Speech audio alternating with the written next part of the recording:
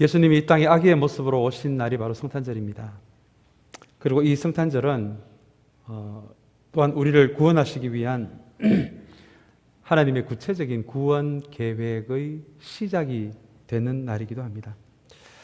매년 성탄절이 다가올 때마다 제가 반드시 묵상하는 것 한 가지는 우리를 향한 하나님의 구원의 계획의 첫 시작이 되는 이 성탄절에 동력자들이 있더라는 것입니다. 동력자 없이 하나님의 힘과 능력만으로도 하나님은 구원 계획을 세우실 수 있고 그것을 실천하실 수 있지만 하나님은 하나님의 구원 계획에 연약하고 부족하고 때로는 옳은 결정을 하지 못하는 우리 인간들을 동력자로 세우셔서 하나님의 구원의 계획을 인간들과 함께 펼쳐 나가시더라는 것입니다. 특별히 이 성탄의 계절에 성경을 보시면 많은 이 하나님의 구원 계획의 첫 시작을 함께하는 동력자들이 등장합니다. 우리가 잘 알고 있는 동방박사 시몬과 안나, 세례요한의 아버지인 사가랴와 어머니 엘리사벳, 그리고 예수님이 탄생하신 날에 처음 가서 축하를 한 목자들도 하나님의 구원 계획의 처음을 장식한 함께한 사람들, 동력자들이다라고 우리가 그렇게 말할 수 있을 것 같습니다. 그리고 오늘 본문에는 이 성탄에 하나님의 구원의 계획의 첫 부분에 어떻게 보면 가장 많은 역할을 한 마리아와 요셉이 그렇게 또한 등장을 합니다.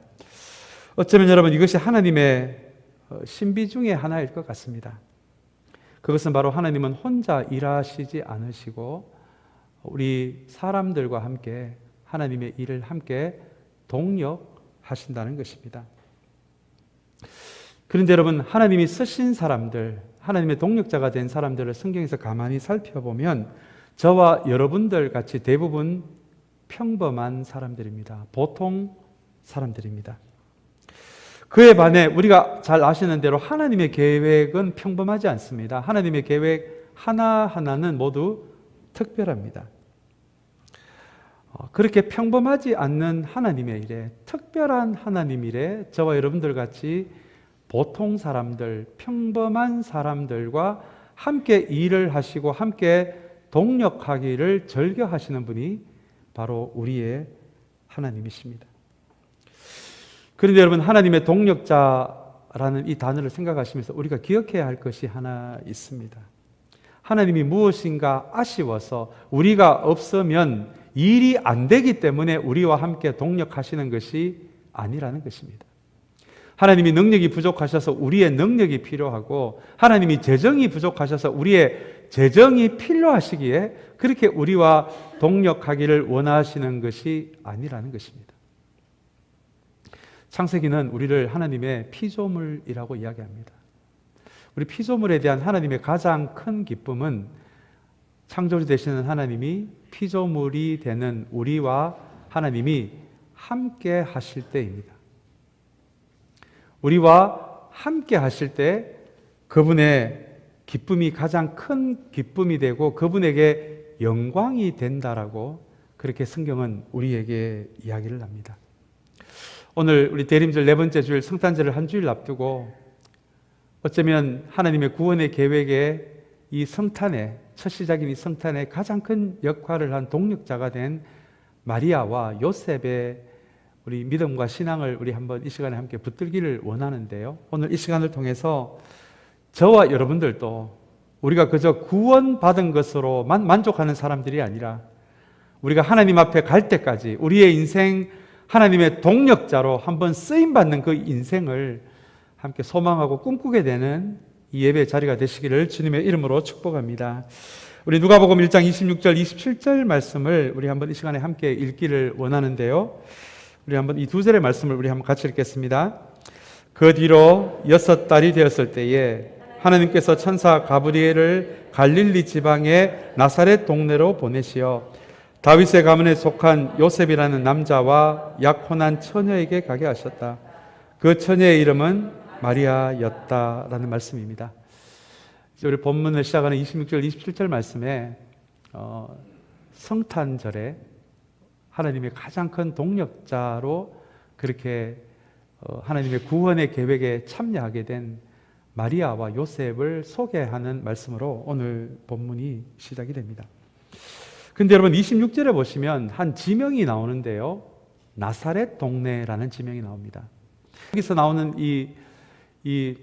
나사렛 동네라는 뜻이 가지고 있는 이 가지는 그루터기에서 나오는 새싹 혹은 가지라는 의미가 있습니다. 여러분 그루터기가 뭔지 잘 아실 것 같아요. 그루터기는 나무 윗둥이 잘려진 나무 밑둥과 뿌리만 남겨진 그 나무의 부분을 그루터기 나무라고 합니다. 어쩌면 이 나사렛이라는 동네가 바로 이 그루터기와 같다는 의미가 있습니다. 실제로 나사렛이라는 동네는 구약에서는 단 한 번도 언급이 되지 않는 정말 변두리 중에 변두리, 시골 중에서도 시골에 위치한 조그마한 도시가 바로 이 나사렛입니다. 그리고 역사적 문헌에 의하면 우리 가난한 농부들이 많이 살았는데요. 큰 세금을 감당하지 못해서 도적이 되기도 하고 산적이 된 사람들이 많은 동네로 알려진 곳이 또한 이 나사렛이기도 합니다. 어쩌면 더 나아가서 이 나사렛은 죄된 본성을, 자기중심성을 가지고 소망 없이 살아가는 어떤 사람들을 의미하기도 하는 지명이 바로 이 나사렛이라는 지명입니다. 예수님은 베들레헴에 태어나시고 이 나사렛에서 자라심으로 어쩌면 우리 죄성을 가지고 살아가는 우리 인간에게, 이 그루터기 같은 우리 인간들에게 참 소망이 되시기 위해서, 그리고 참 희망이 되시기 위해서 이 땅에 오시되 번화가인 예루살렘이 아니라 이 나사렛이라는 동네로 아기 때부터 예수님이 성장하신 곳이 바로 이 나사렛이라는 동네입니다. 그래서 여러분 주님의 성탄의 계절에 이 나사렛이라는 지명이 자주 등장하는데요.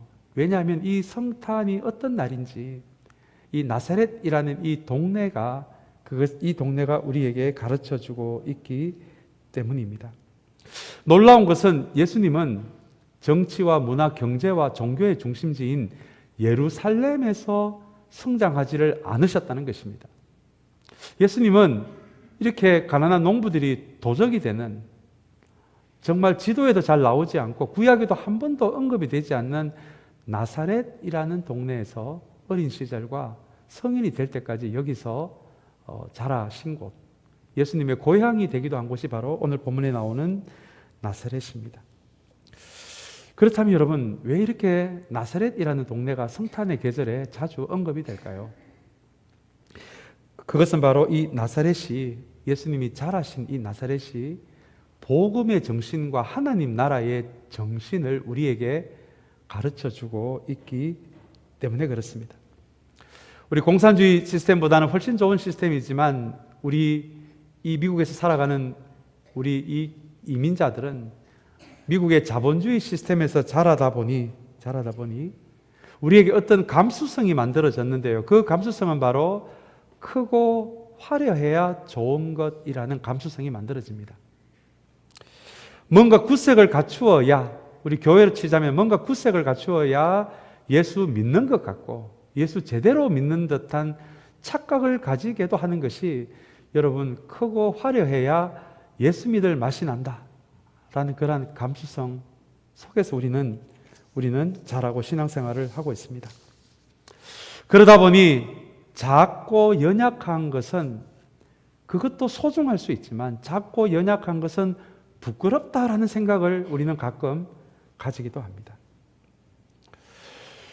그런데 여러분, 이 땅에 메시아로 오신 우리 예수님은 정치와 경제와 문화와 종교의 중심지인 예루살렘에서 자라지 않으시고 지극히 작은 나사렛에서 자라나신 것입니다. 그래서 이 나사렛이라는 지명 안에는 복음의 정신인 겨자씨 정신이 숨어 있습니다. 여러분 잘 아시는 대로 겨자씨는 아주 작습니다. 보잘것없습니다. 그러나 겨자씨는 다른 어떤 씨앗과도 비교가 되지 않는 강한 생명력과 번식력이 이 겨자씨 안에 있습니다. 이것이 여러분 어쩌면 나사렛이라는 지명이 우리에게 가르쳐주는 이 성탄의 계절을 가르쳐주는 겨자씨 정신입니다. 아무리 작은 사람이라고 할지라도, 아무리 보잘것없는 사람이다라고 할지라도 그 안에 복음의 정신이 심겨진다면 그 사람은 가장 강력한 생명의 사람이 될 수 있다라고 하는 것이 여러분 이 나사렛이라는 지명이 우리에게 가르쳐주는 겨자씨 정신입니다. 또한 여기 나사렛이라는 지명 안에는 하나님 나라의 정신이 있습니다. 여러분, 하나님 나라는 어떤 나라입니까? 주님이 우리에게 가르쳐 주시는 하나님 나라는 작은 것이 큰 것을 뒤집어 버리는 나라입니다. 약한 것이 강한 것을 부끄럽게 하고 낮아진 것이 높아진 것을 부끄럽게 하는 나라가 주님이 우리에게 가르쳐 주신 이 땅에 시작된 하나님 나라입니다.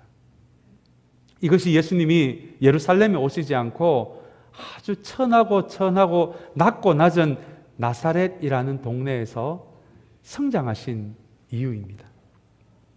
오늘 우리는 이제 성탄절을 한 주일 앞두는 대림절 네 번째 주일을 맞이하여 오늘 이 예배 자리에 나왔습니다. 우리가 도대체 이 성탄절을 어떻게 보내야 우리가 정말 잘 보내는 것이 될까요? 오늘 이 나사렛이라는 지명이 우리에게 가르쳐주는 대로 이 성탄의 계절에 예루살렘에서 자라지 않으시고 나사렛에서 자라신 예수님을 바라보면서 우리가 이 겨자씨 정신을 붙들 수 있고 하나님 나라의 정신을 붙들 수 있다라면 여러분 그것이 나사렛의 의미이고 그것이 성탄절의 참된 의미가 된다라는 것을 기억하는 우리 모두가 되시기를 주님의 이름으로 축복합니다. 그리고 우리 1절 말씀에 보시면 우리 이 성탄을 위해 하나님께 쓰임받은 이 두 사람의 이름이 나오는데요. 먼저 첫 번째 나오는 사람의 이름이 요셉입니다. 우리가 잘 아는 대로 요셉은 마리아의 약혼자입니다. 오늘 이 누가복음에는 자세하게 나와 있지 않지만 마태복음 1장에는 도대체 요셉에게 무슨 일이 일어났는지에 대한 설명이 나옵니다. 마리아의 약혼자 요셉은 아직 결혼도 하지 않고 아직 동침도 하지 않았는데 약혼자 마리아가 임신했다는 소식을 듣게 됩니다. 성령을 통한 잉태라는 것을 아직 몰랐던 요셉의 머리에는 부정이라는 단어가 떠올랐을 것이고요. 아마 더 나아가서 불륜이라는 단어가 그 머리에 떠올랐을 것입니다. 그런데 여러분 마태복음 1장 19절을 보시면 요셉이 이 마리아와의 관계를 소문을 내지 않고 마리아를 보호하기 위해 조용하게 약혼의 관계를 끝내는 파혼으로 그 관계를 조용하게 마무리하려는 요셉의 모습이 나옵니다. 오늘 본문에 나오지는 않지만 마태복음 이 1장 19절의 말씀은 왜 하나님이 요셉을 예수님의 육신의 아버지 역할로 세우셨는지, 그렇게 동력자로 세우셨는지를 우리가 그 이유를 알 수 있는 구절이 바로 마태복음 1장 19절의 말씀입니다. 그 시대는 혼전 임신을 하게 되면 부정한 여인이 되어서 그리고 자신의 약혼자가 아니었기에 광장으로 끌려와서 돌에 맞아 죽어도 괜찮은 관습이 여전히 있는 시대였습니다. 아마 요셉이 그 마음에 분한 나머지 그렇게 마리아를 부정한 여인으로 고발을 했더라면 마리아가 이 광장으로 끌려와서 돌에 맞아 죽을 수도 있는 상황이 연출될 수도 있는 상황이었습니다. 그런데 요셉은 놀랍게도 마리아를 보호하기 위한 결정을 합니다. 그래서 이 마리아의 임신 소식을 사람들에게 떠벌리는 것이 아니라 조용하게 약혼의 관계만 파하는 파혼으로 그것을 마무리하고자 하는 모습이 바로 마태복음 1장 19절에 등장합니다. 이 말씀은 여러분 하나님이 누구를 동력자로 세우시는지 서시는지를 우리에게 가르쳐주는 굉장히 중요한 말씀입니다. 일전에 제가 하나님의 젓가락이라는 표현을 제가 한번 쓴 기억이 납니다. 우리도 우리 앞에 반찬이 여러 개가 있다면 우리의 젓가락이 여러분 먼저 가는 반찬이 있지 않겠습니까? 우리 교인들의 대부분은 제 젓가락이 어묵과 오징어로 간다는 거 아마 잘 알고 계실 것 같습니다. 하나님에게도 젓가락이 있습니다. 하나님은 모든 사람을 동력자로 쓰실 수가 있지만 하나님의 젓가락이 먼저 가는 사람들이 있거든요. 그 사람이 바로 오늘 마태복음, 오늘 본문의 말씀은 아니지만 마태복음 1장 19절에서 하나님이 요셉을 예수님의 육신의 아버지로 세운 이유입니다. 그것은 바로 성품입니다. 성품. 많은 분들이 능력 있는 사람을 하나님이 쓰신다라고 잘못 알고 계십니다. 여러분, 하나님이 능력이 없으셔서 우리의 능력을 보고 우리를 사용하시겠습니까? 우리를 동력자로 세우시겠습니까? 여러분, 그렇지 않습니다. 하나님이 우리를 쓰시기 위한 가장 중요한 조건은 성품입니다. 그 성품을 통해 하나님의 능력이 온전히 흘러나갈 수 있기 때문에 그렇습니다. 그렇다면 여러분, 성경은 이 성품에 대해서 뭐라고 정의를 내릴까요? 이 성품에 대한 이야기가 성경에 많이 나오지만 성경은 이 성품을 어떤 대가를 치르는 한이 있더라도 이것이 하나님 기준에 옳은 것이기에 내가 어떤 대가를 치르는 한이 있더라도 이 길을 선택하겠습니다라는 그 의지를 성경은 성품이라고 이야기를 합니다. 이것이 바로 하나님이 요셉을 예수님의 육신의 아버지로 선택하신 이유입니다. 요셉에게는 그 생명 존중의 마음으로 마리아의 부정을 조용히 덮고자 하는 그런 성품이 요셉에게 있었기 때문입니다.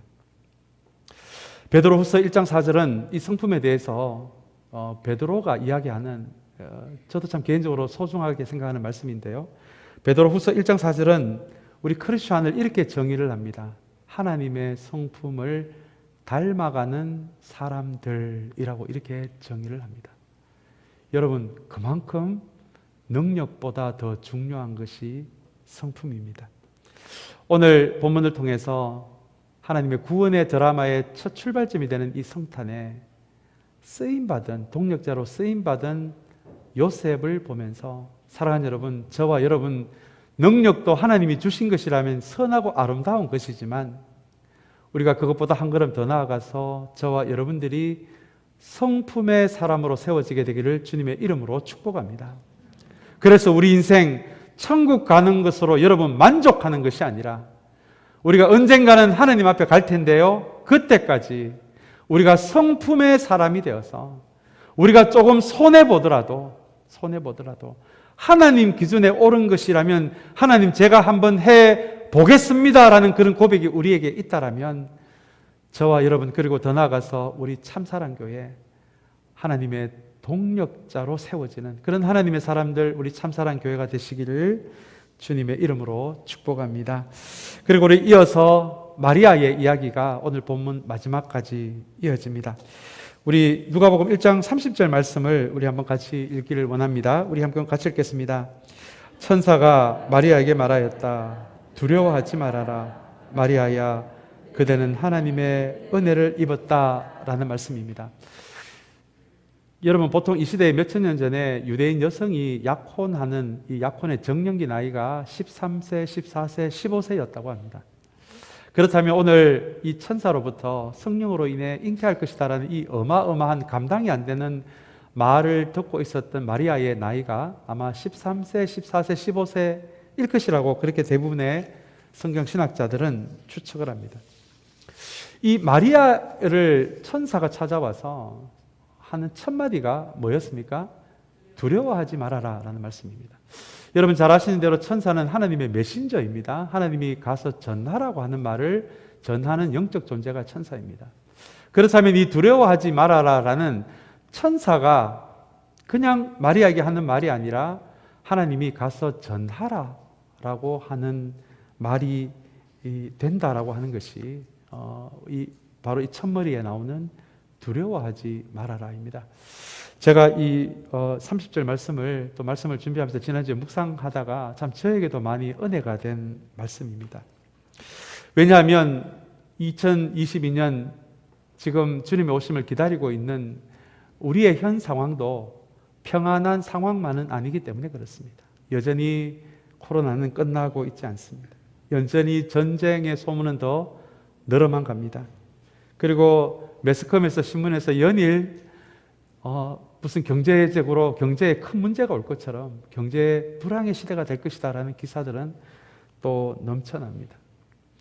아마 로마 제국의 식민지 시대를 살아갔던 그 불안한 시대를 살아갔던 마리아에게도 하나님이 천사를 통해서 두려워하지 말아라 라는 말씀을 들려주셨던 것처럼 어쩌면 21세기 전염병과 전쟁과 경제적인 불안한 미래를 가지고 이 시대도 두려운 마음으로 살아가고 있는 우리에게도 어쩌면 하나님이 성탄을 기다리는 저와 여러분들에게 들려주고자 하는 첫 번째 말씀이 바로 두려워하지 말아라 라는 말씀이 아닐까 생각해 봅니다.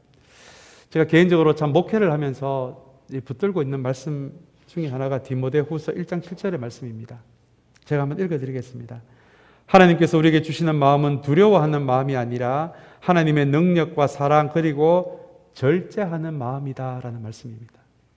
여기 나오는 절제하는 마음은 셀프 컨트롤을 의미해요.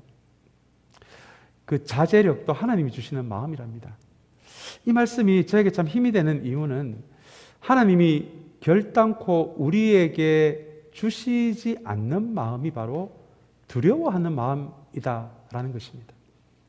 두려워하는 마음은 우리의 감정에서 나오는 것이지 하나님이 사랑하는 하나님의 자녀들에게는 결코 주시지도 않고 주실 수도 없는 마음이 바로 두려워하는 마음이라는 것입니다.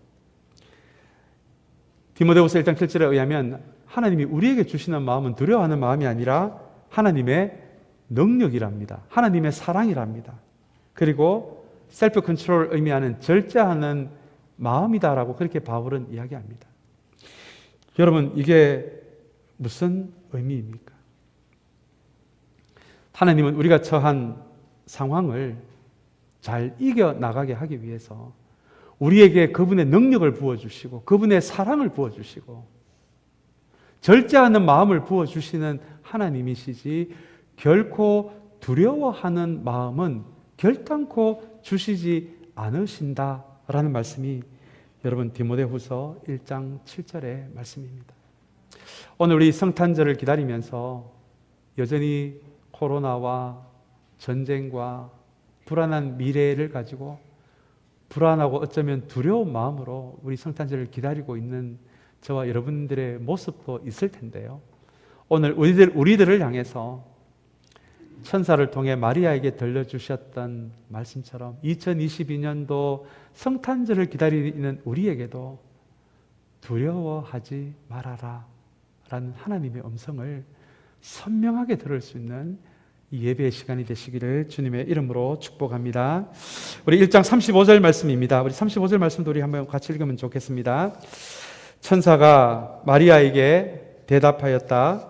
성령이 그대에게 임하시고 더없이 높으신 분의 능력이 그대를 감싸 줄 것이다. 그러므로 태어날 아기는 거룩한 분이요 하나님의 아들이라고 불릴 것이다 라는 말씀입니다. 예수님이 이 땅에 아기의 모습으로 오시는 성탄은 성령님과 하나님의 공동작품이다 라고 이야기하는 것이 1장 35절의 말씀입니다. 먼저 이 마리아에게 내적으로는 성령이 임재하게 됩니다. 성령이 그대에게 임하시고 그 다음에는 더없이 높으신 분이 등장합니다. 이분은 바로 하나님이십니다. 하나님의 능력이 너의 내면에는 성령께서 임하실 것이고 너의 외면에는 하나님의 능력이 너에게 임해서 마리아를 너를 감싸줄 것이다 라고 하는 말씀이 여러분 1장 35절의 말씀입니다. 그 결과로 마리아의 생각과 상식과 합리적인 것을 훌쩍 뛰어넘는 성령으로부터의 잉태가 마리아에게 일어나게 된 것입니다. 여러분, 우리가 방금 읽은 1장 35절 말씀은 초대교회 교인들에게도 많은 위로가 되고 용기가 된 말씀이기도 합니다. 왜냐하면 이 말씀을 가만히 묵상해 보시면 우리 힘으로는 여기까지밖에 할 수가 없을 텐데 우리의 힘을 넘어서고 계획을 넘어서고 우리의 상상력까지도 넘어서는 우리의 심지어 기도까지도 넘어서는 일이 성령께서 우리 안에 거하시고 하나님의 능력이 우리를 감쌀 때 이런 일이 벌어질 수도 있겠구나라는 그 믿음과 용기를 준 것이 바로 이 초대교회 교인들에게 격려가 된 말씀이 누가복음 1장 35절의 말씀입니다. 여러분, 이 시대를 살아가는 우리도 마찬가지가 아니겠습니까? 우리도 우리의 힘으로, 우리의 생각으로, 우리의 계획으로 우리가 한계를 느낄 때가 얼마나 많이 있습니까? 갑자기 닥치게 되는 생각지도 못한 인생의 위기를 당할 때 정말 기도 외에는 방법이 없는 그런 상황들을 우리도 얼마나 많이 경험하고 있습니까? 그러나 오늘 이 말씀은 그럼에도 불구하고 우리가 성령의 사람이 된다면,